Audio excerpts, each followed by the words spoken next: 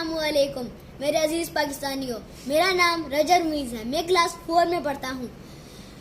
इमरान खान का पैसा इस पाकिस्तान के अंदर ही है और वो खुद भी इसके अंदर है। जो नवाज शरीफ है उसका पैसा इस पाकिस्तान के बाहर खुद बीमारी का बहाना करके बाहर चला गया है और अपने उसके जो बेटे हैं वो भी बाहर भाग गए। उसकी सिर्फ बेटी है वो यहीं है, वो जो झूठी हुकूमतकारी है।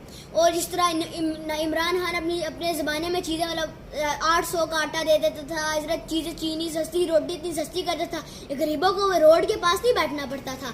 इस ज़माने में गरीब बेचारे रोड के पास बैठ के इतनी महंगी चीनी जो पहले ज़माने में 100 की होती थी इस ज़माने में 500 की हो गई है।